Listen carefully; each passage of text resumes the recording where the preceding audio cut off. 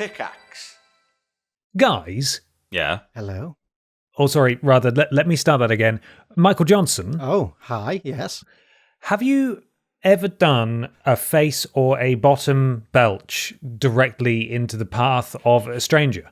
Wow, good start. I haven't myself, not of memory, but I did get farted on by an old lady in the high street of Bath the other week, so I have experience. Okay. Maybe I can help. How was that, please? How was that? Was it good for you? Wispy, I guess I'd describe it as. Oh, no. Wispy and like loose. Her essence was leaving her body. Wispy, loose, and dusty, if I had to pick 3 words. This is funny, actually. I, for the longest time, have had a fart story that I've needed to tell on Podiots, and I've never known when the right moment is. I don't know why, because, frankly, any moment is a good moment. Any time is good. Yeah, exactly. But I was in... I was going around a sort of stately home in the Lake District about 2 years ago, and it had really creaky floorboards, right? And we were in this bedroom with this American very old couple, and as this woman walked past, there was the most comical floorboard creak fart sound ever, right? Yeah, like really like that, and to the point where but it was really fart sounding, and I was like, okay, did she just fart? And then as we sort of, everyone moved around the room, I was like, oh, these floorboards are really creaky. I was like, okay, it was clearly just the floorboard. And then immediately following that, there was just this almighty, actual, definite fart sound. And then she just sort of turned to us and went, oh, excuse me. And then walked out of the room. No. Yeah. She just excused herself after this diabolical fart. It was dreadful. And I was like, well, that's a Podiots story. And I've never quite known when to bring that out. Sorry, Ben, this is not probably the answer you wanted from either of us. No, that's fine. It's good to know that you've both had some experience. But I did fully burp in a woman's face the other day. Oh, no. And I wanted to share that with you and the audience just to see what you make of it. Right.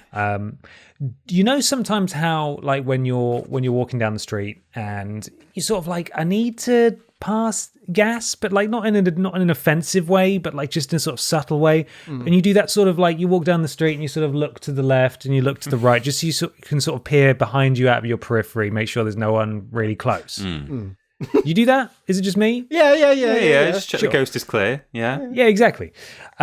So I'd just had, in my defense, I just had a Lucozade. Oh, right. And big fizz.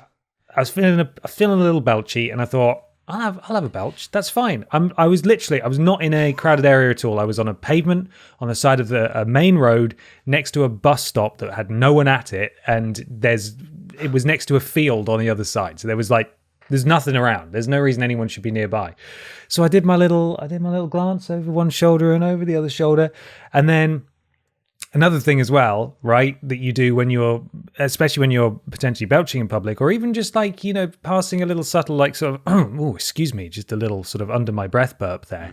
You do it out the side of your mouth sometimes. Yeah. Do you ever do that where you like purse your lips on one side and you just sort of you belch out one side of your mouth? Yes. So I thought, I'll double up. I'll be extra safe. I'll do that.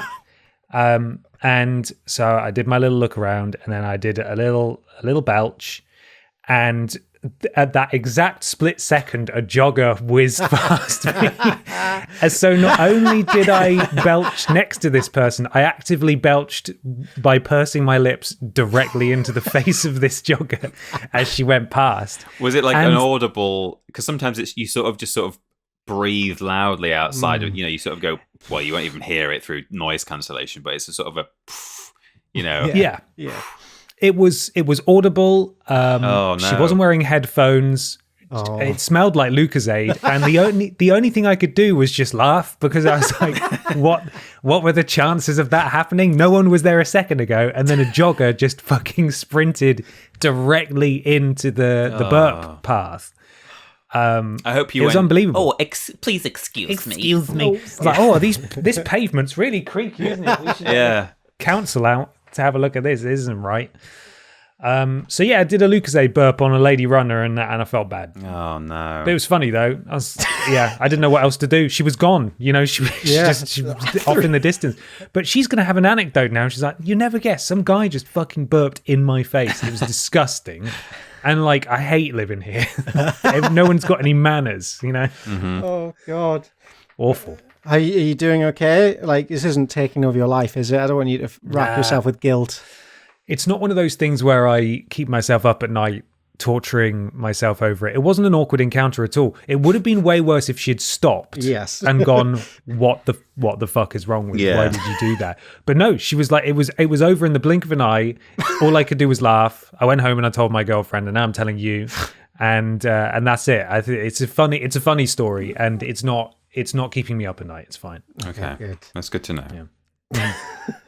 Impressive. Well, our homework for this episode is all go out and fart on a jogger. Fart on a jogger. Excuse me. Fart on a jogger. Farting on a jogger, I feel, is different. It's worse. Yeah, that feels more pointed. That's an attack. But fine. Farts, no. Cock your leg and fart on a jogger. Oh dear. Well, smelly. I mean, at least it was Lucozade. It could have been worse. I feel like that's true. Fresh Lucozade kind of overrid your belly smells there. So you got lightly. Yeah, exactly. And I hadn't joggers yet like eaten Lucozade. breakfast. I'd been out for a walk early in the morning and around a lovely local country park, and then stopped in Asda, got myself a Lucozade for some energy because I had loads of chores to do at home when I got in, and then I belched it all on a lady. So well, and that's and that's okay. that is all right. How I spend my Sunday, quite frankly, is up to me. Yeah, it's my business. And the joggers. Oh, poor girl. Well, yeah. Maybe is that a regular bus stop that you stand at? Nope. Literally never walked on that side of that road before in my life. I was hoping you'd become good friends and pass each other again, but no. He's the burp guy. Well, Ben, we still love you, Ben, even if you do good on innocent bystanders. Thank you. I appreciate that. It means a lot. On that note, shall we burp our way into this episode? We'll have one of Kevin's musical burps, maybe. Oh, Yeah.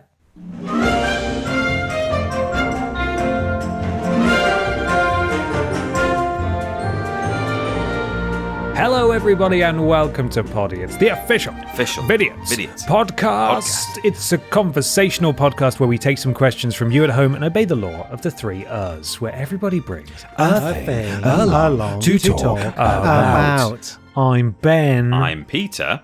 And I'm Michael. Hello. Hello, guys. How we doing? I'm doing all right. I came up with a Podiots joke the other day. Ooh. Oh yeah, and I wondered if you guys wanted to hear it. I'm going to warn you now. It's going to be better than all of the Edinburgh jokes I've ever told. Cool. And I want you to laugh really hard and say, "Wow, that guy's so funny and cool, so funny and handsome." Okay. Right. Keith Chegwin walks into a bar, right? And that's, by the way, that's the only reason it's a Podiots joke, is because it's about Keith Chegwin. Walks into a bar. And he goes into his pockets and he's like, "Oh no, ich haven't got any money to buy drinks." And he's like, "Oh, that's good. Oh, what am I going to do?" And so he wanders over to someone in the bar and he says, "Oh, I don't suppose I could have a drink. Like, you could buy me a drink, could you, please? Please, could you buy a drink for me?" And the person is like, "Okay, fine. Here's a drinks menu that you can order from, and I'll buy you 1 drink." And he looks, and it's like the kids' soft drinks menu, not the alcohol. And he says, "Oh, I was hoping for something a bit stronger than this." And the person turns to him and says, "Well, you know what they say, cheggers can't be boozers." Oh no.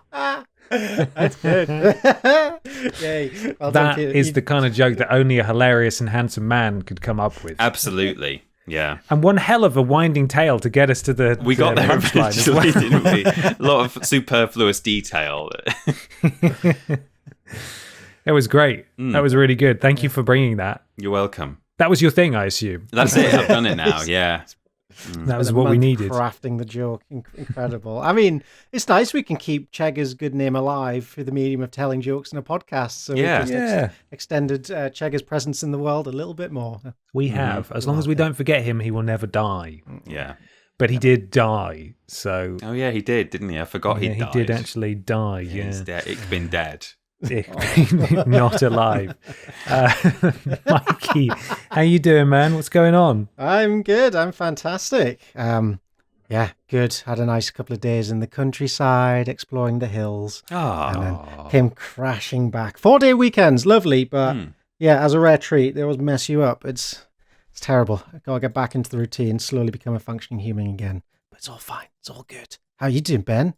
Other than burping on joggers? Apart from burping on joggers, yeah, I've got glasses now. Oh, I'm not wearing them right now. They're mainly just to assist with driving and lengthy computer usage. And seeing things. Mainly seeing things, yeah. But I'm not wearing them all the time. I don't need to wear them all the time. But I have surrendered to the my sort of eyesight declining in quality. Right. And I'm getting old. I'm old. We're old. You get a nice new accessory to wear now, at least. That's nice. Did you agonize over the glasses you chose, or was it just whatever ones will do? Cheapest ones, Michael Johnson. That's the way to do it. I mean, there were a number of frames at that price, but I did pick the one that I liked the most. But yeah, I wasn't about to spring for some pricey ones for sure. Nah. Oh well, congratulations, Ben. Thanks, man. We're all getting older. I'm 33 now, so yeah. So old. I hope I never need. I did always want glasses as a kid, and now as an adult, it's just an extra thing to worry about, isn't it? I don't need that. Not enough Thing work to lose. Break. to pay for break. Yeah. So yeah, congratulations, Ben. Big day for you. Yeah. Thanks, and you sure? Yeah, great. Love it. Thanks, everyone.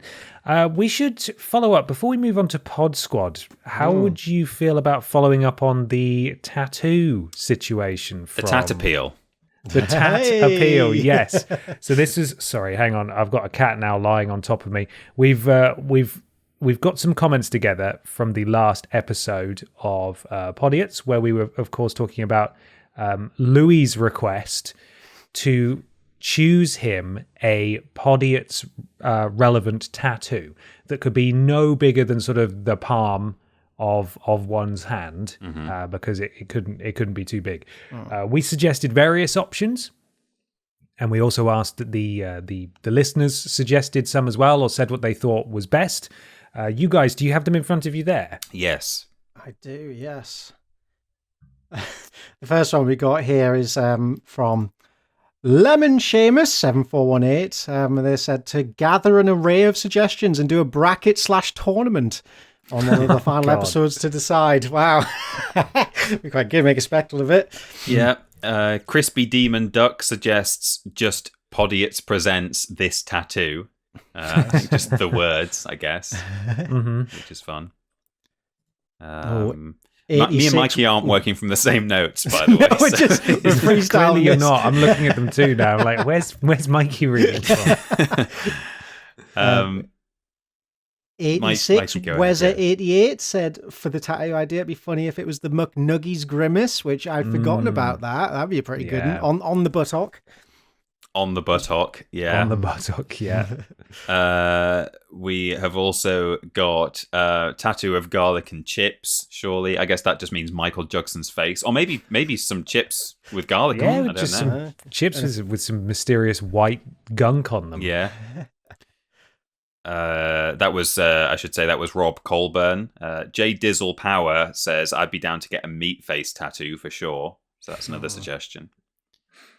And Ryuzaki Teiu for the tattoo, maybe just do a big V like it would represent Vidiots. But 20 years later, they could be like, oh yeah, that's for my former girlfriend Victoria. No one needs to know. I like that they're so ashamed of Vidiots that they would rather say, oh yeah, I got a tattoo of my girlfriend's name that I'm no longer with her. Like that's normally the most embarrassing tattoo or the one that you want to get rid of. But yeah. Kieran SP 2010 says a full back tattoo of Dave Benson Phillips' face. Yes. Yeah. Like Steve-O's tattoo he got that time. Yeah, exactly. Yeah. That would be good. We can't subject another human being to that, though. We could, but we won't. Dave would probably try and claim some kind of royalties off it. Yeah. Knowing him. No, he wouldn't. His manager doesn't ask for money, remember? Oh my god! Just pay yeah. whatever you think is fair. The manager would ask for money, but management. keep it for himself, I think. Yeah. Adi Pramana 7 suggests tattooiots or tattiots or tattioits. Take your pick. And do we have any more? Have you got any more, Mikey? That's it for me. I think I got one more. Katiekin 17 should be the still from YouTube of all your Canadian South Park characters. Oh yeah, from the Podiots artwork. Yeah. Yeah. Yeah, it's a good shout. Okay. God, so what do you guys think? Do we make a decision today, or do we feed some of these ideas into a tournament bracket and Yeah, could do. and revisit next time? Maybe. I do quite like the tournament idea, I think. Okay. Would you want to take that as your thing for next time, Mikey? Maybe. Yeah, okay. Yeah. Could put all those in, and maybe even if you need to fill it out, by all means, be creative and throw your own suggestions in there as well, Yeah. Mikey. Yeah, well, this will be one of the biggest tournaments we've ever done. And I think, actually, the one with the most on the line. Yeah, there's a lot at The highest stakes. Yeah, I'm down for that. Thank you for suggestions, everybody. Some good ones to add to the mix there. But hopefully, absolutely. next month, we'll have the answer. We'll have the decider. So Yeah. in the meantime, please keep chucking your ideas in the comments or on Twitter or wherever you want to throw them. And they'll get added into the pile and we'll see who reigns supreme. And then technically, was it Louis Weber, Yes. or was Louis could then tell people that this is actually a prize-winning tattoo. This is like a Yes. champion tattoo. A competition winner. Yeah. Yeah. Okay, so the tournament is next week. Oh, very next month. good. The tournament. Brilliant. Thank you very much, everybody. Mikey will be back next time, and we will make a decision finally. Are you getting scared yet, Frebby? Louis. Sorry. It's one of the Webbers. One of the Webbers. It's always bloody one of you two, isn't it? Yes. Thank you. Right. Before we move on, we need to talk about how we get the turkey, how we make the turkey. We're talking turkeys now, and that is podiots.com. If you go there and donate £3 or more, you'll get a shout out at the beginning and the end of the next episode of Podiots. You join Pod Squad, you support us in what we're doing, and we really bloody appreciate it. There's not long left of the Podiots, the rich Podiots tapestry, and if you want to immortalize yourselves forever, podiots.com, £3 or more. Mikey, would you like to kick us off, please, with this week's Pod Squad? I'd love to. We begin with Frogly, Theddy Weber in Japan, Donak 07, Steven Skodes, Lord Brotovic, Hello Linda, Hair Salon. Can you do a perm on my Balls is the next one. We've got Caroline the Mouse got my eggs. Oh. McShrek. McShrekid. Is that an L or an I? Uppercase I or a lowercase L? McShreckled's unaliving JFK. Okay. Cheggers and the Pope are dead. Winnie True. That is factual. It is true. Winnie the Pooh at Paul's. Chalk Boys, Bok Choy and Hot Koi. And Suckle Me Spuds for springtime. Oh, lovely. Finally, we have the very generous Lewis Watkin V1, who said, been watching since 2018, but not yet had a chance to donate to the pod. Started listening during my A-levels and now work as a mental health nurse for the NHS. Amazing. Well, thank you for getting me through some challenging times to get here. Lots of love, Keese Keese. Thank you, Lewis. Keese. Thank you. Keep doing a very important job there. Journey or Yearney are still married. Is the next donator, who is also very generous and says, can you please wish a belated birthday to Rosie? Also, once you wrap up in December, will you be doing any ad hoc stream/reunion streams? And will you be keeping the shop open? Thank you so much for all the years of fun. Lots of things there. So firstly, happy birthday, Rosie. Happy belated birthday, Rosie. And once you wrap up in December, will you be doing any ad hoc stream/reunion streams? Undecided as yet. Yeah. we will. It's on the cards. Nothing is off the table. Yeah. But but also, nothing's on the certainly- table yet. Yeah, So- nothing is on the table. We're certainly viewing the reunion stream at the end of this year as a conclusion of sorts. Yeah. But you will still be able to find us on the internet in some way, shape, or form. Certainly on obviously our social media channels, and some or all of us will likely be doing content of some description elsewhere, or whatever. That you have to just keep an eye out, and things will be happening, I'm sure. Absolutely. Yeah. As for the shop, I believe that'll stay open as long as the website stays live, and as my friend hosts our website, that'll stay up for as long as he's happy to host it, which for the time being sounds like it's going to be a while. So that shouldn't be going anywhere. Yeah. Nice. Thank you very much, Yearney or Journey. Thank you. Appreciate Happy birthday, Rosie. Yes, happy belated birthday, Rosie.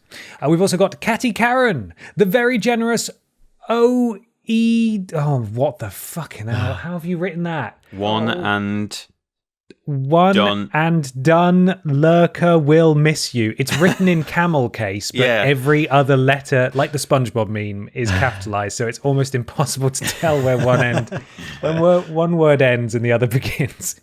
Thank you very much for the donation. Thank you, Howdy. Lurker.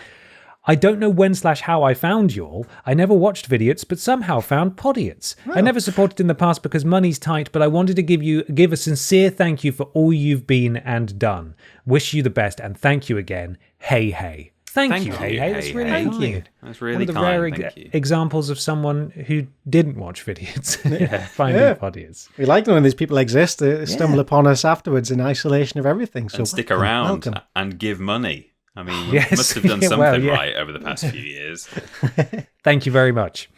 And finally, we have Kermit the Pog and Start a Church, Call It Godiots is the final donator. That is your Pod Squad for this week. £3 or more to get a shout out at the beginning and the end of the next episode of Podiots. Guys, did you have a favourite there?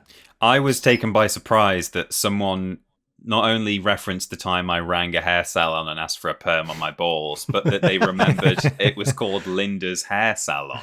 I mean, Wow. that is actually what it was called. I Oh, guess they no just way. listened to the episode recently, maybe. But yeah. I like seeing those donations in isolation because you just get one that says balls or Yeah. hello, good. Linda Hair Salon. Yeah. I'm going to go for... I'm trying to find it. It is Winnie the Pooh at Paul's. Winnie the Pooh at Found it Paul's a was great great. one. Yes. Really Yes. enjoyed that one. Mhm. So that's my favourite. Thank you, Pod Squad. Really appreciate you. Peter Austin, you are question/thing man today. False. Incorrect. No, it's Michael Johnson. there we Shit, go, you so got it. close. Michael Johnson, your question/thing man today. Yeah, damn right. And well, I wrote down a running order and I'm batting it straight back to you, Ben. Ben, Oh, would you like to give us a viewer submitted thing? I would love to.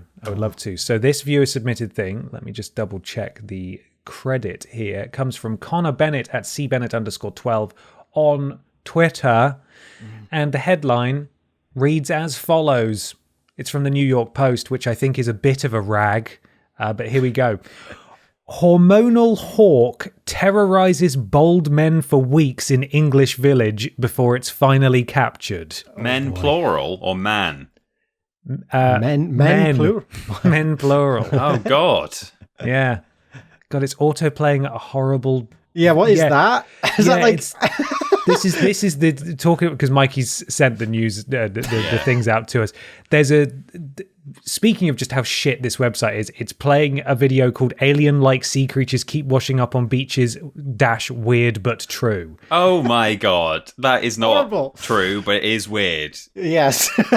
Yeah, that's not real. Stick that in the thread, Mikey. So yes, here's the actual article. Right, it starts with this bird's battling boldness, one head wound at a time. Oh, God. A hormonal hawk that terrorized bold men by dive bombing their vulnerable noggins for weeks was finally captured in a small English village, neighbours said Friday. The bloodthirsty bird wreaked havoc on roughly 50 people in Flamstead, Hertfordshire, just north of London. Everything's north of London. By swooping down and clawing their heads from behind, hospitalising one resident and leaving others drenched in blood, according to Whoa. BBC News. Drenched. Birds are fighting back. The author of this, Natalie, is having a great time here. In one hair-raising attack, the last sentence said someone was hospitalized. In one hair-raising attack, the male Harris's hawk left Jim. This is really weirdly written. The male Harris's hawk left Jim Hewitt, 75, with a gaping dome gash as he walked to the store to get milk on Wednesday. Dome gash. Can that be the episode name, possibly? We can't call it dome gash. It's awful. He looked like he'd been in a knife fight, said neighbour Lizzie Atkinson, who found the retiree covered in blood as the heartless hawk prepared to dive bomb him again. Holy hell. God forbid it happens to a child, she said. I've held a Harris's hawk in my arms once. Well, on my hand. Did you? Not in my... I didn't cradle it like a baby. But yeah, one of those falconry centres. He was called Hovis. Hovis the Harris hawk. Yeah. That's lovely. There's a photo of the hawk. I'll send you a photo of the wound, but we shouldn't post it because it's pretty grisly. Here we are. I think this is the retiree who was terrorised. There we go. That is a deep dome gash for That's sure. a dome gash if I've ever seen one right there. Gaping dome gash, if you will. My word. And it's specifically targeting bald men. Yes, it seems that way. The article continues. Hewitt, who was hospitalised for the scalp injury, said it was a shock, noting that he bled profusely because he's on double blood thinners. Oh, that's sad. He's just an old man. The bird-brained brute, stop it, Natalie, had reportedly attacked dozens of other men from behind since early March, including Steve Harris, 40, who said he was forced to wear a bike helmet on his daily jog. But it's a Harris hawk. He's an ally. They should love him. Friendly fire. Mail deliveries were also delayed to the village as postal workers' feathers were ruffled by the Sky High Savage. Handyman and gardener Paul Boyes was attacked twice by the hawk. It really did hurt when it hit you, he told The Guardian. It comes up behind you and its talons got me in the back of the head and its other one comes around the front and got me on my forehead. What? The bird likely, Round the front while one is on top of the head. It's like it's going to break his neck. We've got an action shot here of it swooping on someone. It's like a sighting of Bigfoot. Yeah, it's a encrypted photo. It's so blurry. That's an amazing picture. Also, that person doesn't really look bold. No, they don't even know they're about to be hit. They're just walking. It's awful. Oh, Jesus. Anyway, the bird likely went ballistic due to a hormonal flare-up during breeding season, though it's unclear why he harboured hatred for the follically challenged, an expert said. All this dive bombing, I think it's hormonal courtship because it's only started happening in the last couple of weeks. Breeding season, falconer Alan Greenhalgh told the UK Independent. On Thursday, Harris captured the hawk by... Hang on. Is a Harris hawk a thing or is Harris a person? I'm really confused. It is a thing. It is a thing. Okay. So Harris captured the Harris hawk by luring him into a shed in his garden and tossing a cage over the bird. It feels strange. Tossing a cage over the bird. Wow. Yeah. Quite nimble. It feels strange. A bit of a relief. We've all just wanted to get it caught, said Harris, a physiotherapist, told the UK's Press Association. That's the end of the article. Harris told. Oh, God. Actually, it's not. He said grateful neighbours can repay him by buying him a drink. I think I'll be able to keep my wallet in my pocket next time I go to the pub, Harris said. I'm disappointed that... Did you say Natalie she was called, the writer? Yes, I'll give you the full name. Natalie O'Neill. That after all those jokes, funny gags, she didn't do anything with the fact that the man who caught the hawk was called Harris. I know. What on earth are you doing? It just made it confusing. Yeah. Because it doesn't feel intentional. Yeah. Weird. But that is my listener-submitted thing. That's great. Bald men can walk free again, but be careful out there. It's dangerous. God. Yes. Thank you very much, Ben. You're welcome. Thank you, Connor. Thank you, Connor. Thank you. We move on to my own thing for this episode. And I come to you with a letter from ye olde days of 1722. Ooh. It's quite a good one. It's heartfelt. So, in 1722, A pet squirrel named Mungo very sadly passed away. This was big news. Oh. Everyone across the world was upset about it. Not It was Mungo. Oh, poor little Mungo. We love him. Little Mung Bean. It was a tragedy. Little monk. He's already love him given that him much. a pet name. Mung Bean. Mungo escaped its confines and met its fate at the teeth of a dog. Boo. Oh. But a friend of the owner immortalized the squirrel with a tribute. I'm going to read out this entire letter for you, and with some extra information at the end, because it's sweet and there's more to it than you think. Dear Miss, I lament with you most sincerely the unfortunate end of poor Mungo. Oh, Mung Bean. Mung Bean. Mung Bean. Few squirrels were better accomplished, for he had a good education, had travelled... bear with me. He had good education, had travelled far, and seen much of the world. This is an esteemed squirrel. Wow.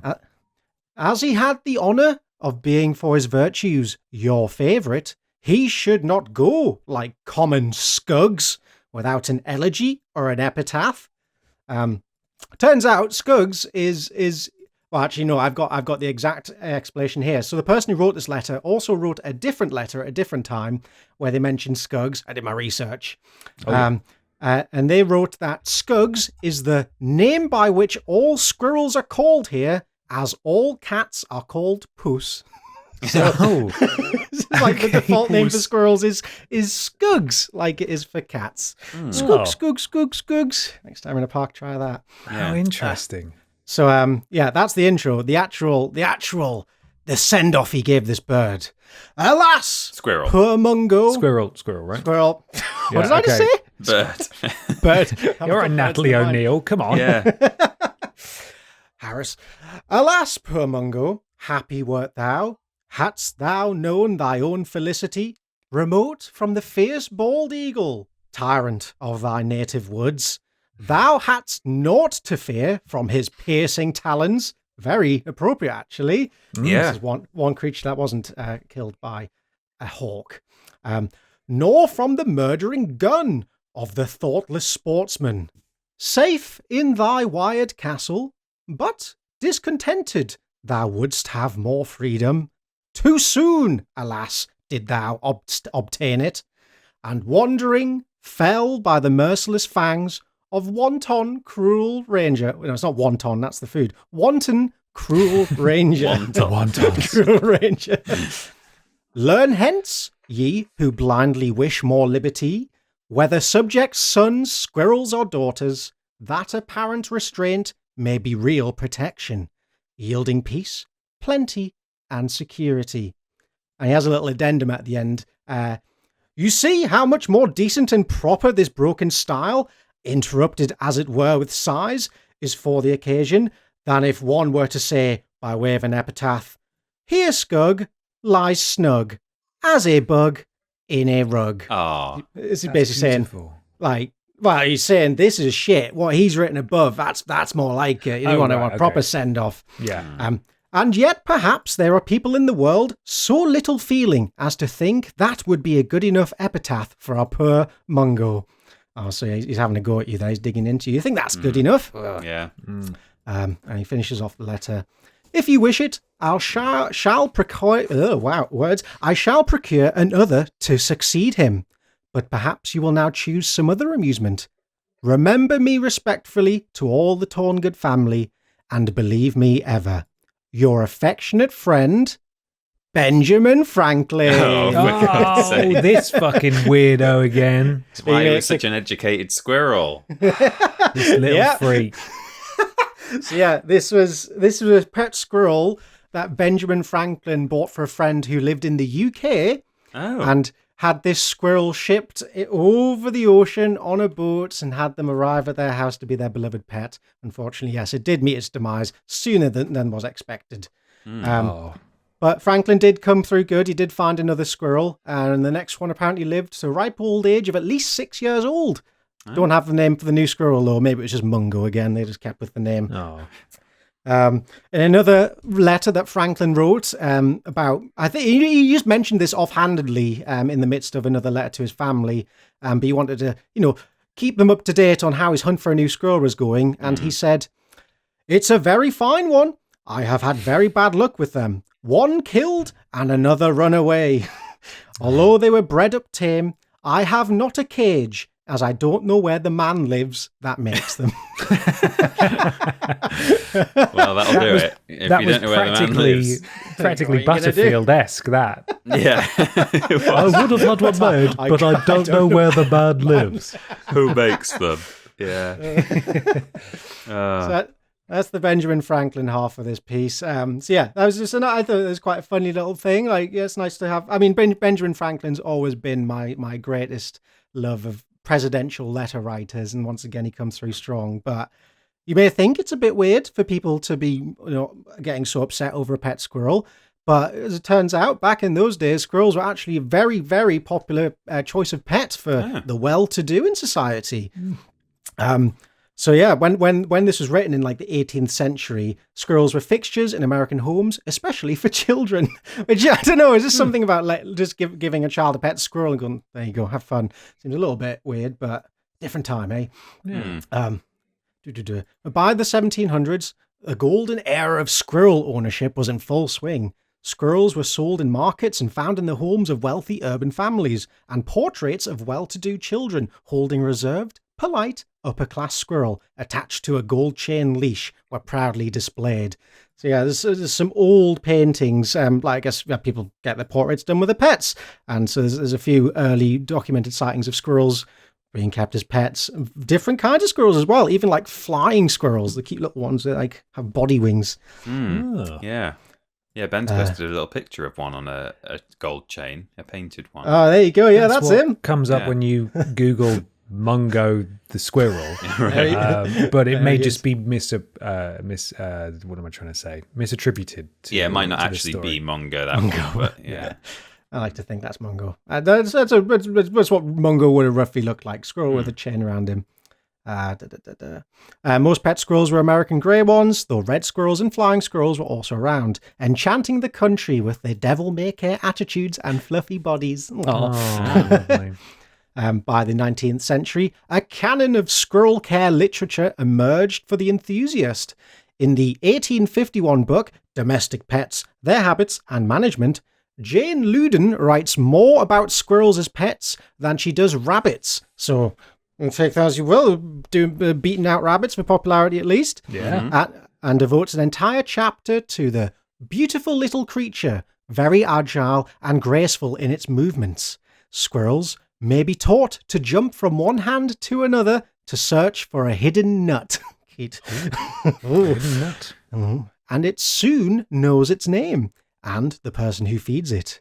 Loudon also waxed on about their habits, like jumping around a room and peeping out from wooden eaves, writing that an instance is recorded of no less than 17 lumps of sugar being found in the cornice of a drawing room in which a squirrel had been kept, besides innumerable nuts, pieces of biscuit. So he had a proper little Pieces of biscuit. Been squirreling them away. That's what it is, isn't it? Yeah. They had one bit of advice for the would-be squirrel owner in their book. When your squirrel is not running around the room, provide it with a tin-lined cage that has a running wheel. And that also you should feed it a fig or a date every now and then. And you should start your squirrel raising adventure with one procured directly from the nest when possible. So just steal a baby. Yeah, well, yeah, why not? It doesn't know it's a baby. And So once a squirrel Skug something. napped. Is it a squirrel what adventure? Start your squirrel raising adventure, I guess, as in raising squirrels. That sounds so much like it's very Pokemon-esque. That just sending out a 6-year-old. Go on, go start your squirrel raising adventure. Just steal squirrels from nests. You belong to me now. You live at my house. God. Wait. Oh, the Whoa, hello, words. Yeah, the unnamed author's own pet squirrels. There we go. Dick and Peter. Kind of cute. Oh. Hey.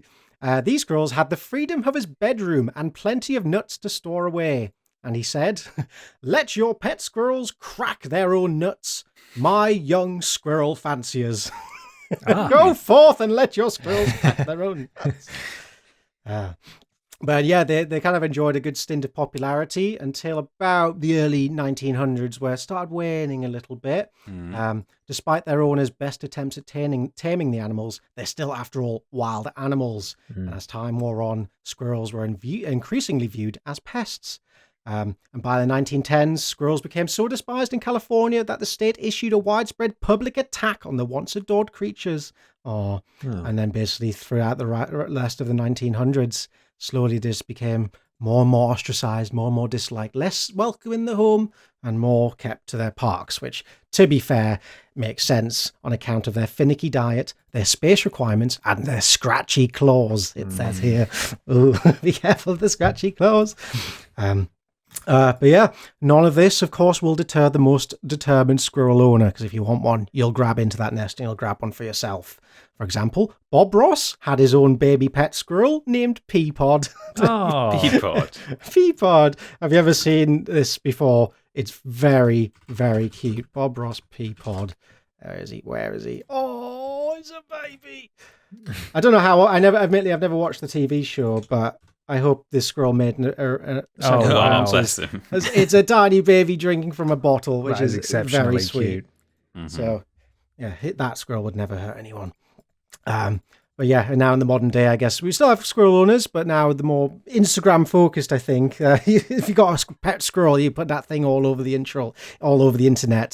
But the wild squirrels across the land all agree it's probably best that we leave them out of it. Yes. So there you go. There's a little letter from our good friend. I've forgotten his name already. Hello, Benjamin Franklin. Ben Franklin, And some greater context there for squirrels at the time. So there you go. Go forth, catch the squirrels, befriend the squirrels. But be careful of their scratchy claws. Cute.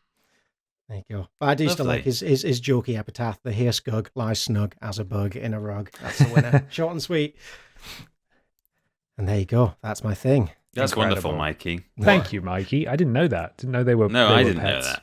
No, I didn't either. But I'm open to it. I like him in the park. So I just bring one home with me. What are you gonna do? What are you gonna do? Yeah, what are you gonna do, huh? What are you gonna do? What are you gonna do? Set my squirrel on you if you come near me. Scugs, get him, Scugs. Scugs. Scugs, that's good. So moving on from me. Peter? No, it's Peter's thing. Yes, Yeah. it is. Peter, could we have... Wait, no, it's... Oh, God, I've totally messed Peter's up the order. listener It's submitted my thing. listener submit thing, yeah. Yes, there we go. Yes. This was sent to us by Nicholas Otter at Lord Brot on Twitter, and it is a story that's been translated into English from Süddeutsche.de, a presumably German news website for, I think, South Germany. I think that's what it means, South German news. So brace yourselves for what may be badly translated text, but frankly, it's probably going to be better than half the stuff we read from like the Daily Mirror, which is all over the place. So we'll see. This is a story from Munich.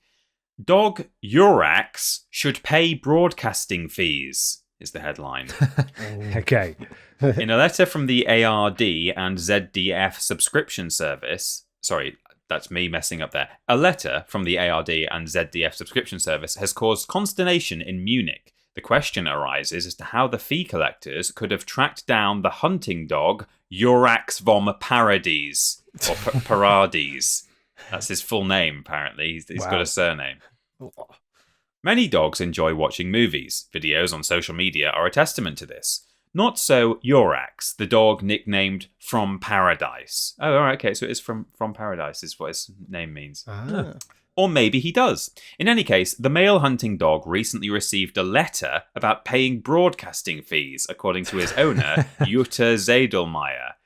The Munich resident responded by registered mail. My dog, Urax von Paradise, has credibly assured me that he does not operate a company and or business premises and therefore refuses to pay a broadcasting fee, she wrote. The media group Ippen Media and the Abendzeitung newspaper had previously reported.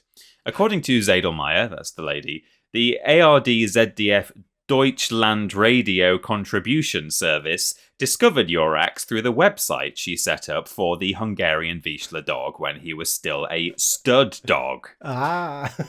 She suspects that's why the contribution service mistook the dog for an entrepreneur and sent him a questionnaire. Jurax was then asked to provide information about his business premises, radio equipment, and car radios, among other things. His only place of work is his hunting ground, and this has no connection to radio or the internet, the Munich resident replied to the questions. The contribution service responded with humour. Of course, the four-legged friend doesn't have to pay a broadcasting fee, Ippen Media quoted a spokesman for the facility as saying. The address has since been blocked. We should no longer write to Mrs. Zedelmeier's dog about this. Can we see the dog, please? Absolutely. It's the dog and the lady. Here we go. It does look like a dog that's a bit confused why he's been sent a letter. Yeah. He's just looking a bit worried. Oh. So there you go. That's a fun little story. He briefly had his own website because he was, well, basically a prostitute is what he was. Yes. And because So the government wanted to charge him for a broadcasting fee Yeah. for that. There we go. Oh, has he still got a website? Wow, the website's still on the internet. Holy shit. Oh, is it? What's the website? Oh, there it is. Oh, it's all in German. How do I translate? Let's translate it for me there. Jurax, nicknamed Yuri, is a wonderful hunting companion. Alert, loves the water, reliable in pointing and retrieving, and perfect at tracking. At home, he's perfectly suited to everyday life, calm and cuddly. His muzzle is now a bit grey, but he's still very willing to work on the trail.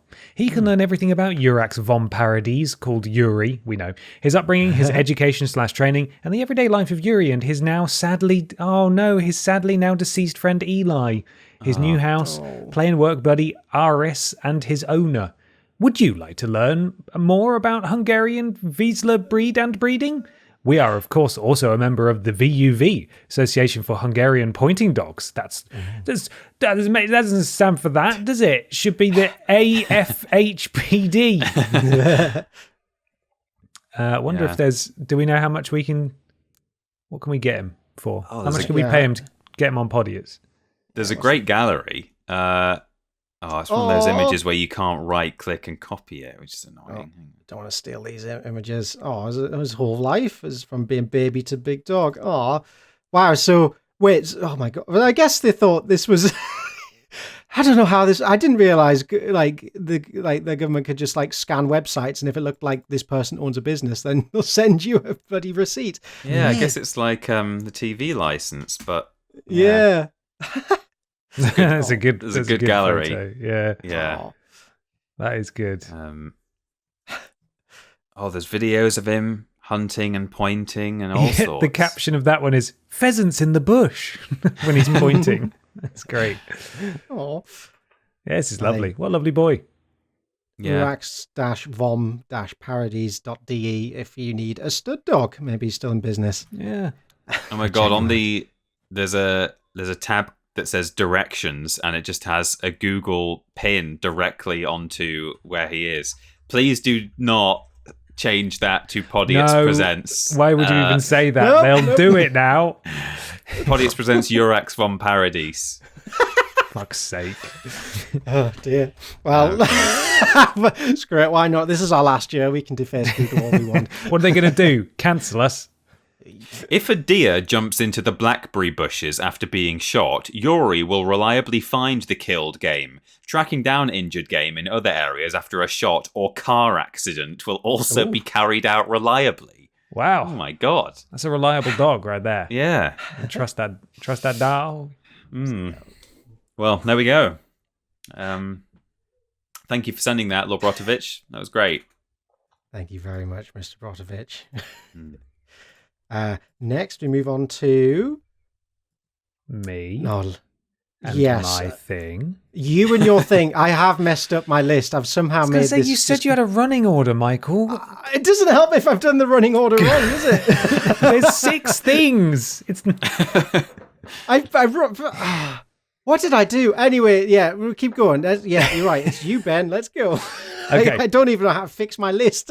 It's fine. It's all right. We know what's happening. Thanks. It's time for my thing. I want to regale you with an experience I had recently, which I don't think traditionally, perhaps men in the UK, everyday normal men, we're just normal men in Innocent the UK, men. would actually ever think of doing or have ever done. And I thought I'd tell you about my experience and answer any questions that you might have. So I'm going to send you a photo of this, and you can surmise what I recently got up to. Oh, heavens above. Oh, no way. What's that? That's a tanning bed. That's a No tanning bed. It looks almost like you've lifted the front boot of a car. It does, doesn't it? Of a car. It's got headlights. The Mega Sun car. Let me tell you, in person, that thing is terrifying. It's massive. So yeah, My only real experience of those, even just in photos or videos, is the scene in Final Destination where two women set on fire inside of one. Yeah. Absolutely, 100%. Mine too. Yep. That scarred me. I actually remember that scene more so than the log one, which everyone remembers, where it comes off the lorry. Like this one really scarred me. It was awful. But I'm brave now, and I'm going to do it. So the opportunity presented itself to me. I will preface all of this by saying that there is a proven elevated risk of skin cancer and skin issues if you regularly use tanning beds. Please, quite frankly, you just shouldn't use them. But if you do use them, please be sensible and don't use them very much. For the record, I went in for 6 minutes. That's it. That is it. Is that how long? Wait, how long do you normally spend in them? Do you know? Because I've always seen it was like an hour or something. But I am told that 6 minutes is roughly equivalent to an hour and a half of sunbathing. Oh wow! Okay. That's how intense these things are. You can request all sorts of different time allotted time allotments. I think a lot of people, more advanced sunbed users, could well book it for an hour, but they will get out periodically. They won't just lie in there for the whole time because it's really sweaty. Anyway, I'll tell you. So yeah. The opportunity presented itself to me because my girlfriend, who also, I want to stress, does not use tanning beds regularly, but just sort of we've had some sun here, but not a lot. And like things have been a little stressful recently, and so she thought, I'm going to treat myself. I'm going to go get some vitamin D artificially, and I'm going to give this. And then she said that to me, and I thought, that actually sounds kind of intriguing. I think I could talk about this on Podiots. So to be honest, I didn't really do this for me. I did this for us. For us, yeah. Put your body in harm's way. I thought I want to give that a go because 6 minutes cost me £8. So I thought that's probably fine. I should give it a go. Your pod squad has paid for this, yes. everyone. Yes, absolutely. So beforehand, I thought it would be good content. I thought we'd go early in the morning. Of course, they're an essential business, and they love Jesus Christ, but they were open on Easter Sunday. So so I did go in at like 10 a.m. and this was following a hearty breakfast from Wetherspoons and a full can of Monster. So I did think there is a chance that I might shit myself in the tanning bed. Didn't that happen. would be really good for Podiots. I thought if the worst possible situation happens, it would be even better content. So I shit pant in sunbed. Sunbed gone shitty. So yes, I had a hearty breakfast. I had a lot more caffeine than I probably needed, and then we went into this tanning salon. I was the lady behind the counter asked if we'd been before. My girlfriend said yes, she had. I said, no, I have not. It is my first time. And she sort of looked at me and said, you're quite pale. And I was like, sure. That's why I'm here. And then she's like, do you want me to show you how it works? And I was like, yes, please do that. Because they have standing up ones and then they also have lying down ones. And I think the standing up ones are potentially more they're more modern, perhaps. I don't really know the ins and outs, but the lying down ones are obviously more novel to someone like me. Like I'd quite like to do a lying down one. So she took me into the room. She explained how it worked. I had like 2 tokens, and I think the tokens are 3 minutes. You put them in a box on the wall, and then once you pull the lid of the coffin down, that's when it starts tanning you. That's when you get sickly orange. That's when you start getting the cancer. Exactly. That's when the cancer begins. And yes, I've written down in my notes, all I could think of was the Final Destination scene where the lady burns to death. So I inserted my tokens into the box. You get completely naked, which also felt really wrong and weird. Wow. You get to lie in other people's bits where their bits have been. You get like all the bum prints on the bed, right? They spray it down. So basically how it works is you will have seen the inside, right, where it's like loads of UV panels and it's sort of it's a curved roof. It's also a curved bottom as well where the lights are, but there's a transparent plastic sheet that you lie on. So it's like a baking tray, essentially. So you get on the baking tray. And so I got completely naked, went into it. She did offer me the goggles. I said no, I shouldn't have done, because I think it would have been really funny to get a photo in the tiny goggles. I didn't do it. I should have done that. Yeah. That was going to be one of my questions. Damn it. Did you? Yeah, I was going to ask that too. Also, did you? Because I don't know how similar / different it is to sunlight. Do you actually have to put sun cream on to go in there, or is it designed in a way that you can just lie in it without sunscreen? Again, I think it's recommended that you probably do if you're in there for a long time. Right. I think if I were to ever do it again, which is unlikely, I would probably put sun cream on my tattoo at least, because you're meant to do that anyway. So so it doesn't get degraded by the UV or whatever. But yeah, I got completely naked. I climbed into this massive hinged monstrosity. It was really scary to lower it down because it was creaky. And then you can also connect your phone to it via Bluetooth if you want to listen to music. Didn't really feel worthwhile for 6 minutes. 6 minutes, yeah. Yeah. So you get in there. There's this hard plastic pillow that can be moved around. It's literally just a headrest, basically, to stop you from having to lay your head on the plastic. And you pull it down, and it begins. And I don't know if either of you have been in an MRI machine. Yeah, I think it's louder than an MRI machine. Oh, it I didn't was expect it to be noisy. horrifying. Wow. It's definitely like, it feels nice in that it's warm, not like you're being cooked, but like but like there's actual sun shining on you, which is really surreal and very weird. And there are fans in there, and they're obviously meant to dissipate the heat and cool you down. But I swear to God, I was laying there with my eyes closed, and every maybe minute, the fans like clicked up a level of loudness. Right. And by the end, it was just going, whoa! It was like I couldn't hear anything. And I was lying there already thinking, am I going to shit myself? Am I going to burn to death like off of Final Destination? I'm going to be found naked, burnt to death with shit blasted out the bottom of this coffin. And then and I'm also thinking, is it normal that these fans are getting louder? I don't know if this is correct. This doesn't seem right. But after the final fan clicked in and started screaming at me, it turned off, and all that was left was like, my dignity wasn't there anymore, but like there was a bit of my sweat left, because you get sweaty back, and obviously the longer you're in for, the sweatier it gets. They leave a sort of cleaning blue roll and a spray in there. Right. And I think they will clean it between uses anyway, but obviously it's a courtesy thing. So I gave it a bit of a spray and a wipe. Put my clothes back on. She also gave me a little tray of man deodorant if I wanted to spray myself down afterwards. And then I left, and she said, "How was it?" And I was like, "Yeah, it was fine. Bit weird. Had got a sweaty back. My cheeks felt quite warm for the rest of the afternoon. Again, like I'd been in the sun. I didn't take cheeks. Good question. I didn't take a before and after photo. I mean, it's probably a what's it called? A placebo effect as much as anything else. But I do feel like maybe I have a little bit of color potentially afterwards. Right. But again, I have no idea if that's true. And that was my experience using a tanning bed. Again, usage is very much discouraged by me and also the Podiots Foundation. Please do not use a tanning bed. Yeah.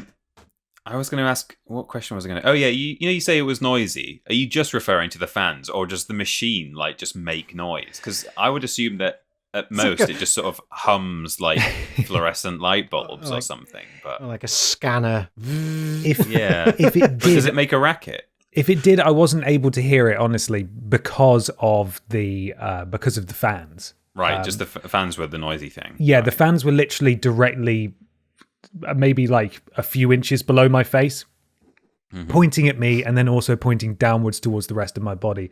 But it was just a really humbling experience to look down at my pale blue body with my Michael Johnson and Johnson just sort of there. And I was like, this is the first time my Wilkins has been in blue light and also been in direct exposure to UV, apart from brief periods when I've gotten changed, or maybe as an infant. I've probably never my pickle has never been exposed to anything that could tan it in the past.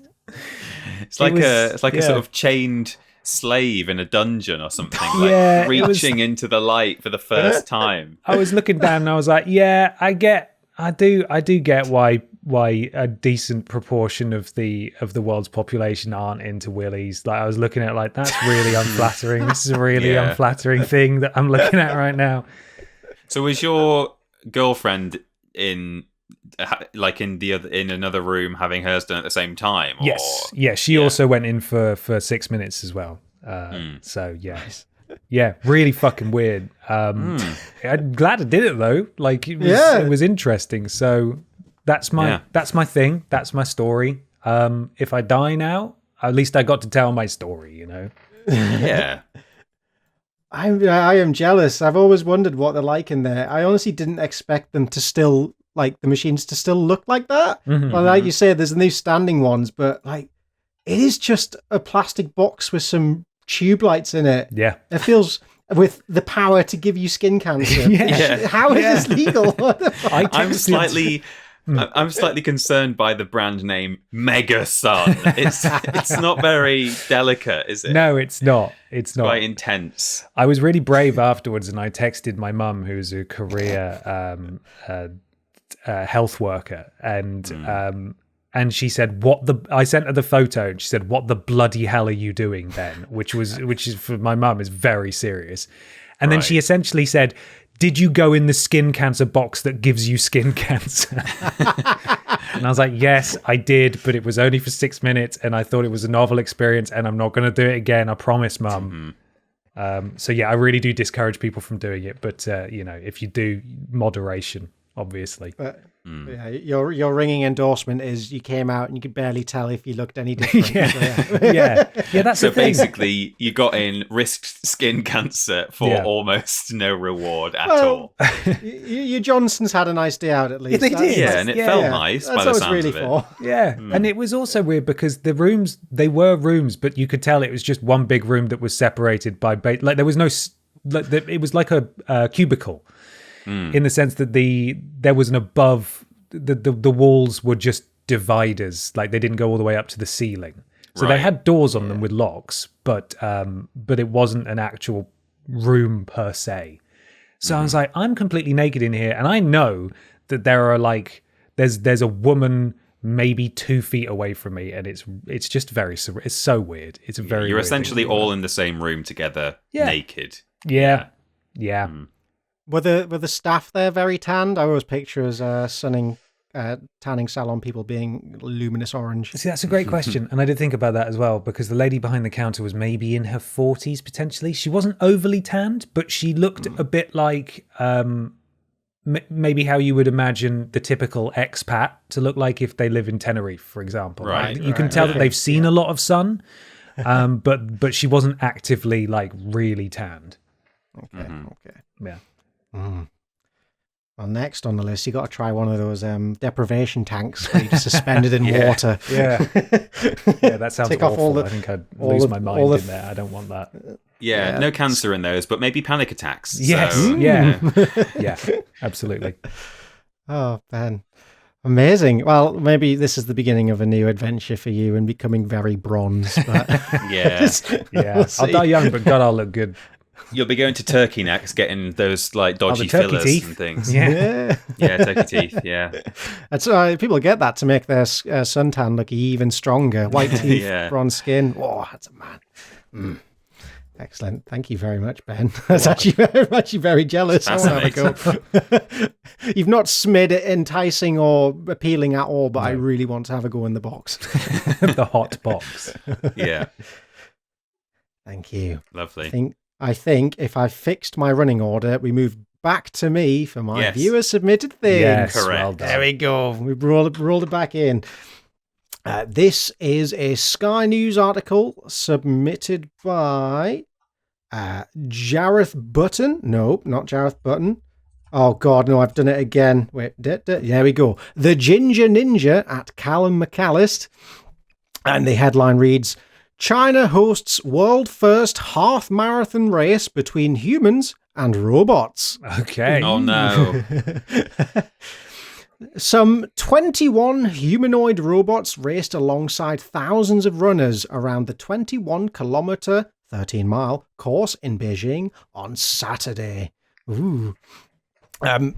Some of the robots that took part were as short as 3 foot 9 inches, and while others were as tall as 5 foot 9 inches. Ooh. And so the rules for this race were the robots had to resemble humans. Humans? Had to resemble humans and be able to... Scooby-Doo is reading this article. Humans and be able to run. So and the robots must carry themselves by legs because wheels are strictly not allowed. Mm-hmm. So here is an example of a small humanoid robot. It's the look size at of a it small go. child. Look at It's even moving its arms like like you would run. I love that He's it's got little wearing shoes on, real trainers trainers. on. Yeah, that's so good. All right. I was ready to be against this article, but I'll put shoes on them. They're all right. Mm-hmm.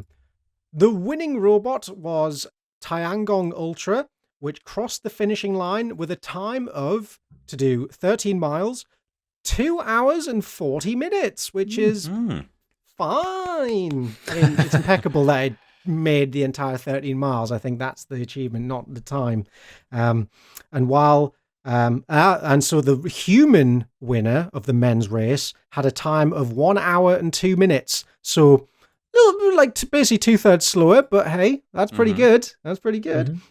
Tiang Zhan, Chief Technology Officer for the creator of the robot, the Beijing Innovation Center of Human Robotics, said its performance was aided by long legs and an algorithm allowing it to imitate how humans run a marathon. Nice. Right. Okay. The secret sauce is it's got legs and it can run. That's And it doesn't have lungs. That's also quite useful. Did it stop every 30 minutes to have a drink of water and a power bar, or did they get rid of that study of humans doing marathons? Well, they replaced that with changing the battery. Oh, so okay, fair. So he said, I don't want to boast, but I think no other robotic firms in the West have matched Tiangong's sporting achievements. And he added that the robot's battery was changed just 3 times during the race. So that's probably about equivalent of a human needing a plop stop or a little drink of orange juice. Yeah. And I'm glad that you added or drinking orange juice, because if someone's having a plop stop every 30 minutes, we can't all go on Michael Johnson's cycling 3 holiday. times. Yeah. yeah, everyone poos a lot while doing exercise, right? Yeah. It's not just me. Yeah. And for the other entrants into the race, one robot fell at the starting line and lay on the ground for a few minutes before getting up and joining the race. Doesn't make clear if it got up by itself. Yeah, did it just need a minute Right. to think about it? Oh, God, can't believe I'm starting the race like this. Another robot crashed into a railing, causing its human operator to fall over. Oh no. God. Here is a picture of maybe the fallen robot mentioned and it being graciously picked up by its human helpers. Oh, mate, come on. He's had a little fall. He looks happy though. He He's got a does, big yeah. grin on his face. We're just having fun here tonight. So yeah, some of them were accompanied by human trainers, with some physically supporting the machines during the race, which feels like cheating. Come on, stop that. That's very Support your cheaty. bots. Several of the robots wore running shoes, with one donning boxing gloves and another wearing a red headband saying "bound to win" in Chinese. Very good. I want to see the rest of the entrance. The one's all souped up. That's the article. Some robots fell, one finished, and he had his battery changed 3 times. Well, we're here in the future, ladies and gentlemen. Watch your streets for weird robots with shoes on running. It is how far we've come, because Mikey, I think it was you, or maybe it was Ben. Mikey, I think, covered the that Olympics running race where people, or was it cycling, where people were like catching cars, sabotaging each other, going in taxis and stuff, and swapping bikes and all sorts of shenanigans. And now look at us. We've got robots doing it instead. We can invent a whole new type of cheating with a new type of body. Amazing. Yeah. Oh, amazing. So yeah, thank you very much for sending that in. Ooh. My notes is a mess. It is the Ginger Ninja, Callum McAllis. Thank you very much. And I think we finish now on Peter. That's right. Yes. It's my turn. Your personal thing. Yeah. Thank you, Mikey. I also have a personal tale to tell this time, much like Ben did. I recently celebrated a joint birthday with myself and my wife, who is born 5 days after me. Well, she's born in a different year to me, but our birthdays are 5 days apart. And hers was a significant birthday this year, her 30th, she won't mind me saying. So because she did something very nice for my 30th, I thought, well, I definitely need to take her somewhere nice and have a good few days and stuff. So I booked us into a fancy pants hotel, spa hotel, down in Cheltenham, as Americans would call it. Yeah. Partly because there were some places nearby that Amy has always wanted to go to, and also just because she likes a spa hotel. So I was like, great. And I kind of went all out. I was like, right, something I've never done before, in fact, not tanning in a tanning bed, but I've never ordered room service, for instance. Neither have I. And I decided, right, we'll order room service when we're there, at least on the first night. And I paid extra to have a bottle of fizz waiting in the room when we arrived and came through the door, sitting in a bucket. So I was like, yeah, well, I'll go all out and make it a nice trip. So we drove down there, and on arrival, we pulled up to this really nice building. It's like an old manor house thing. But as we walked through the door, it turned out that it was quite busy, because I think there was a baby shower happening in their function room that day. So it was quite busy, and there were some kids and stuff running around, but it was like, okay, fine. We went into the reception, and at the reception, they had a reception desk, which was quite small, had just enough room for 2 people to be sitting right next to each other. And they had one person sitting there on a laptop who was dealing with some people, checking them in when we got there. And there was a queue of about 2 or 3 people ahead of us. She dealt with the people she was dealing with, and then just sort of looked down at her laptop after dealing with them and was ignoring the queue at that point. So it's like, okay, good start. Fortunately, there was someone else with her who picked up her laptop and for some reason left the desk area and walked over to a very small sofa, sort of down the side wall of the reception, and called people over to there and was just checking them in on her lap for some reason. Not a great first impression, but I was like, okay, it's fine. We'll just go up to the room and have a nice time, and then we'll go in the spa. So we went up to the room. Oh, also there was a cat in the hotel. They had a hotel cat. Amazing. Which was very nice, but meant that in reception there was just a bowl of cat food sitting on the floor. Which, again, when you're going to a fancy spa hotel, you don't really want any kind of pet food sitting on the floor. But I was like, it's fine. We'll go up to the room. There'll be a bottle of fizz waiting. We went up to the room, and I booked a special room. They have a series of double deluxe rooms, and I think they have a dozen of those. But 2 or 3 of the double deluxe rooms have special names instead. It's ours was the Charles room. Oh, I don't think it was named after the king. I think it was named after a designer of some kind. So there are 3 named rooms, right? And we're walking along, and we can see that all of the rooms in the hotel have a number on them, And they do actually all have a little name underneath them that I think is just for internal use. Like, it's easier to say to a cleaner, oh, can you just go and clean Oak room or whatever, than necessarily remembering the numbers. So we're walking along and they've all got like little names, and I'm waiting to find our room with, the name written in gold or whatever. We get to our room, which does also have a number written on our key card, and it's just got a number. It doesn't have a name. I'm like, I've paid good fucking money to be in the Charles room. It doesn't even say Charles. Where's Meanwhile, Charles? all the plebs in Oak room and Ash room have not names on their doors. Anyway, that's fine. I'll open the door. We'll have our fizz. Open the door. The champagne is not sitting on the table. It's not there. They've forgotten the champagne. Oh, I've paid my God, no. £20 for it to be there. It's not there. So I immediately went downstairs and said, there's supposed to be a bottle of bubbly in the room. They were, oh, yeah, sorry about that. We'll sort that out right away. And they did bring it up straight away. I was like, okay, right, that's fine. We'll go down to the spa now and we'll have a lovely time. So we went down to the spa and we did have quite a nice time. It was good.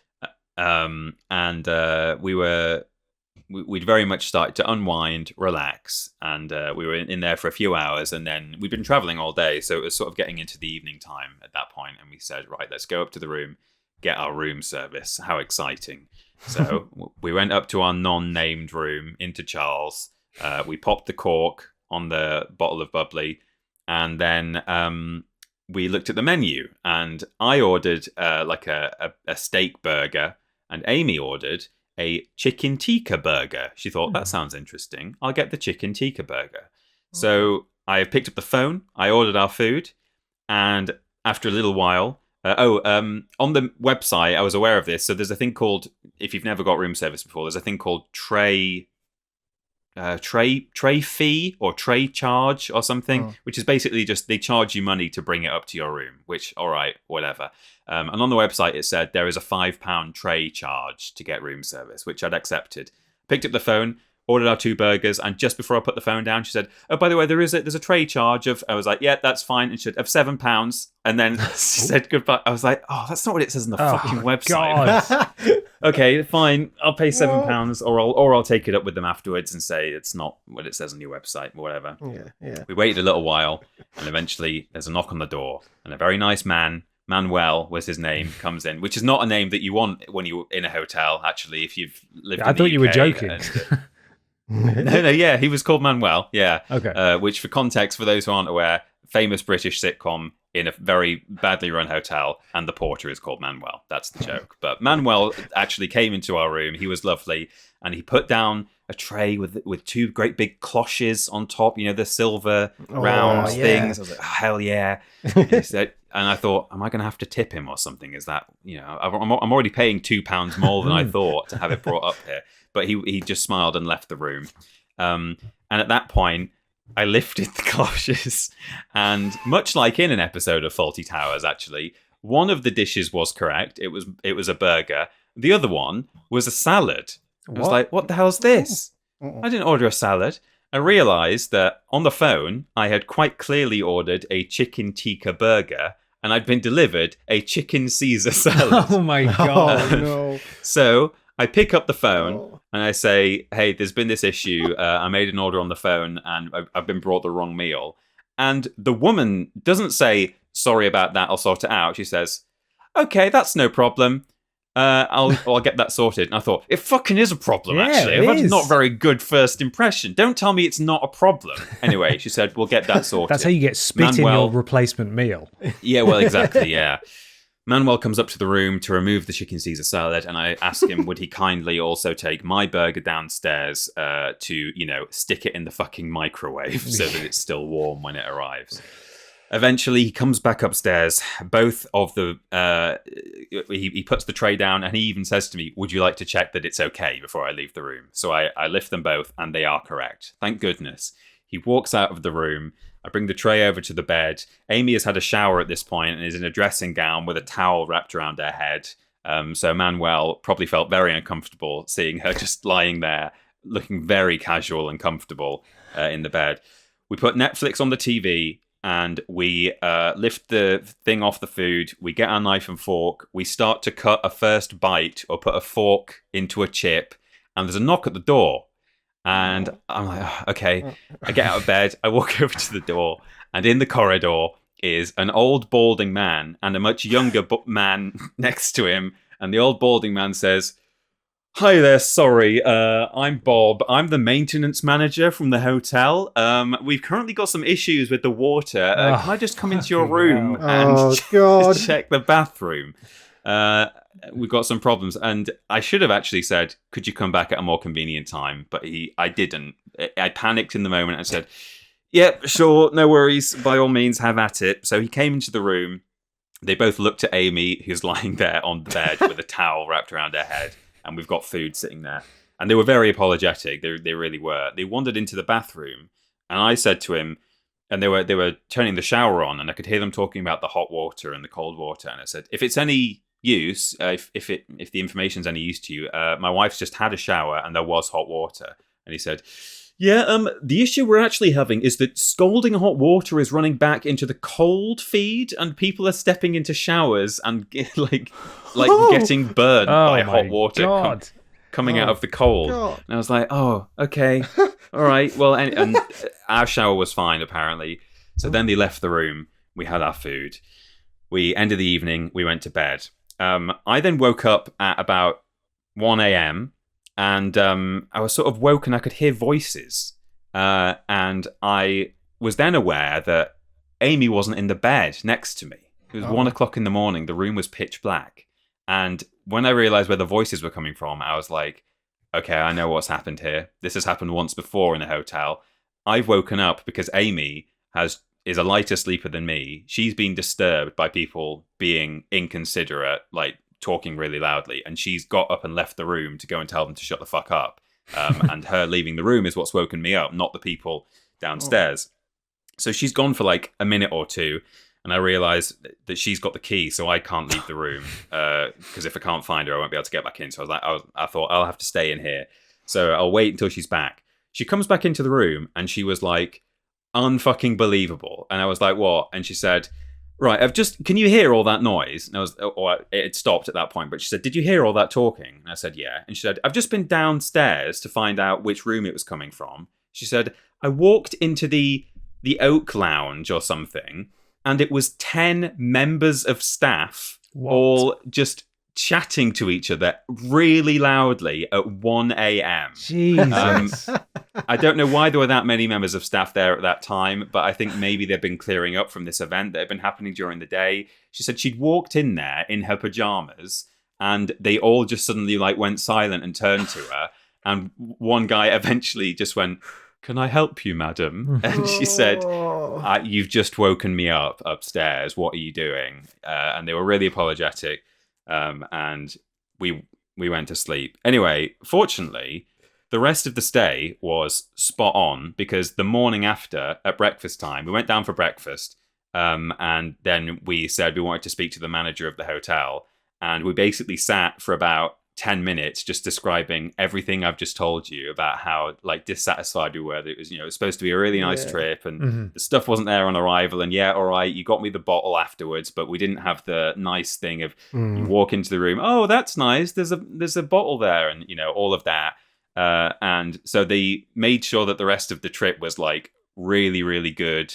We got all the money off our food, and then they pretty much gave us I think in the end it was a 70% discount or something because we were so pissed off. Yeah. And needless to say, a spa hotel down south can be pretty expensive. So I got almost all my money back. We didn't have to pay for the food that we'd had on the first night. They gave us a second bottle of fizz when we got back to the hotel the next day as a surprise because they wanted us to have that sense of, oh, that's nice. And that was a surprise. And we really enjoyed the rest of the trip. So it kind of paid, really, to have one hilariously bad day. When we shut the door, when the maintenance manager had left, we turned to each other and actually laughed out loud. We were like, that's really funny. That just as we're about to finally eat our food, two maintenance men knock on the door. But and I thought, hey, I can also talk about this in Podiots. Yeah, 100% discount on Podiots thing. Yeah, absolutely. I'm sorry you had such a rough go of it to start with, because stuff like that can really throw off a holiday, especially if you've spent so much money on it. And you know. Yeah, it definitely, for the first 12 to 24 hours, I was thinking, I've spent all this money and it's a bit shit. Like, this is shit here. And I'd be disappointed if I'd had this experience in like a Premier Inn, let alone a fancy pants place. Yeah. But yeah, to get all, like, pretty much all the money back, and then actually for the rest of the time be sort of treated like royalty. We could tell that, like, any time we rang reception or saw a member of staff at that point, they had been told, under no circumstances do anything that is going to upset the people in Charles. Yeah. So, they put rose petals on the bed when we got back the next day as well. They'd because I think that's something you can pay for if you want to. So they just gave us all the possible extras for your bedroom that you can pay money for just for free to say I'm really sorry about all that. Well, good for you for sitting down with the manager, because I think a lot of people might have just eaten that and then maybe sent an email afterwards, and Yeah. But you addressed it, maybe. you knocked it on the head, and then you were treated like your room's namesake. Exactly. Yeah. Did they put Charles on the door?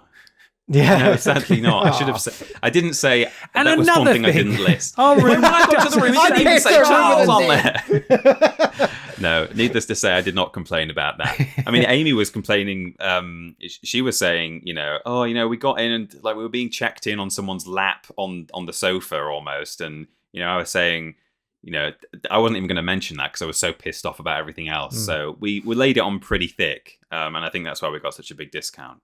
And we're not normally, like, I have friends where you go out eating with them and they will always find a reason to stop a waiter and say, "Excuse me, this is a bit cold." I wouldn't do that. cold. I hate that so much. Like, I will generally suck things up and just get on with it. But yeah, on this occasion, I was quite willing to have a moan, and it worked out all right in the end. So, did you get any more room service after that first attempt? We went down and ate in the restaurant the next day because we just thought, it's less likely to get mixed up and crossed wires there. But yeah. Oh man. Yeah. Wow. What? So there you go. That's my my wild experience in what's meant to be a nice hotel. Needless to say, we probably won't go back there, but I'm glad to have had all the cash back. Yeah. So. Yeah, it definitely helps for sure. Mm-hmm. Amazing. Yeah. Well, thank you very much for your thing, Peter. You're welcome. Peter. Oh, I've just got Pippa's here, by the way. Pippa's arrived, and she's just decided to eject all of her fur directly into my face, and now it's all like up my nose. It's really tickling me. It's really distracting.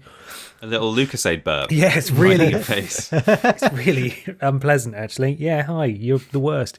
There's thank you so much, everyone, for listening. Is what I'm trying to say, and thank you, you guys, for your things. Thank you, everyone, for submitting things as well. There's a few places around the internet you can find us. Mikey, I believe there's some sort of shop. You're darn tootin'. If you head over to vidiotsofficial.com and click on that enticing little shop button, you will be greeted with a bounty of goodies. For example, cap, mug, shirt, and hoodie, and more. Yeah. So did it cut out for you there? Yeah. Did you just stop in the middle of your sentence? Did you pause, Simon? Mikey? Or No, I did not. I did not pause. And hoodie. And hoodie. Such as cap. Full stop. Such as cap and other. Good. Yes. Vidiotsofficial.com. Click on shop. Check it out. Amazing. Instagram, TikTok, we are at vidiots.official. YouTube, Twitter, Facebook, Blue Sky, we are /Vidiots. Vidiots official. Our Discord, you can find by going to vidiotsofficial.com /Discord. Thank you to Tommy and Fleckers for modding us over there. Twitch.tv /Vidiotsofficial is where we stream on occasion. Podiots.com. If you go there, donate £3 or more, you'll be immortalized in an episode of Podiots. You'll join Pod Squad and you'll get a shout out at the beginning and the end of the next episode. Mikey, can you kick us off again, please? Frog Lee, Theddy Weber in Japan, Donak07, Stephen Skordes, Lord Brotovich, Hello Linda Hair Salon, can you do a perm on my... Oh, and then it's me, Balls. Balls. Oh, Balls. We also have, excuse me, I got panicked by Balls. We also have Caroline, the mouse got my eggs. McShred Ease, unaliving JFK, Cheggers and the Pope are dead, Winnie the Pooh at Balls, Chalk Boy, Bok Choy, and Hot Koi, and Suckle Me Spuds for springtime. And finally, we have the very generous Lewis Watkin V1, the very generous Yerny Are Still Married, Catty Karen, the very generous One and Done Lurker Will Miss You, and also Kermit the Pog and Start a Church, Call It Godiots. Thank you very much. Pod Squad, podiots.com, £3 or more to get a shout out at the beginning and the end of the next episode of Podiots. Peter, what were the highlights of what came out on Vidiots 7 years ago this month? 7, yeah, I'm just pulling it up right now. My internet is going really, really slowly. I can tell you that we are in April. Yes, this month we had Podiots episode 3. We did our 7th episode of Post Some Tat. We, I think, started for the first time game selection videos for Worst Games Ever. Nice. We did some more Skyrim Zoo, of course, which is fairly topical given that Oblivion has just been redone. Worst Games Ever Naughty Bear. We had Hat Films on to the channel to judge our house building for The Sims 3 Prove It. It was my birthday tat appeal. Mm-hmm. We had The Man from Milan, the 3-part sketch that we did. Mm-hmm. And we did the speed piece of cake challenge as well in GTA, where the bus was exploding because it couldn't slow down. Sabrina the Teenage Witch, A Twitch in Time for Worst Games Ever. We also had one of our silly lists, the 5 best-selling video games of the pre-industrial era, and we started the Spyro. We did the Spyro blindfold challenge for Piece of Cake as well. Amazing. What a month. Yeah. Mikey, Hello. Where can people find you on the internet, please? Parrot Boy on Instagram and Blue Sky. Those are the 2 social medias that are best to follow me on. Thank you. And Peter, where can we be found? You can find me at That Peter Austin on Twitter and Blue Sky. And you can find Ben on Twitter at confused_dude and Blue Sky at confused dude, right? Yes, that's I've got correct. that right. Yes. Absolutely. Lovely. And Triple Jump, of course. Mm-hmm. You can find the 2 of us doing video game stuff over there with Rules Boss and Worst Games Ever and Bad Food and so on. Yes, absolutely. Why not leave us a 5-star review on your platform of choice? It helps something to do with Al Gore's rhythms, and by gosh, we'd appreciate it. Thank you, everyone who's left us a review. There's just enough time to ask a final question before we disappear for this month.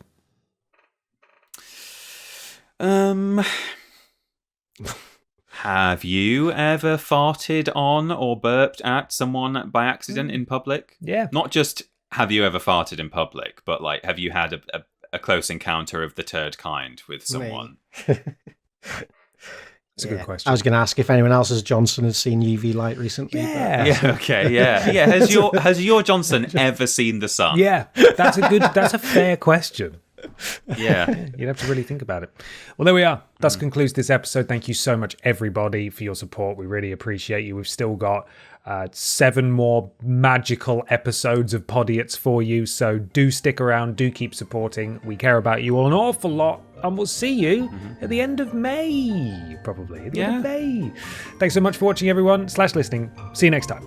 Bye. Bye. Bye.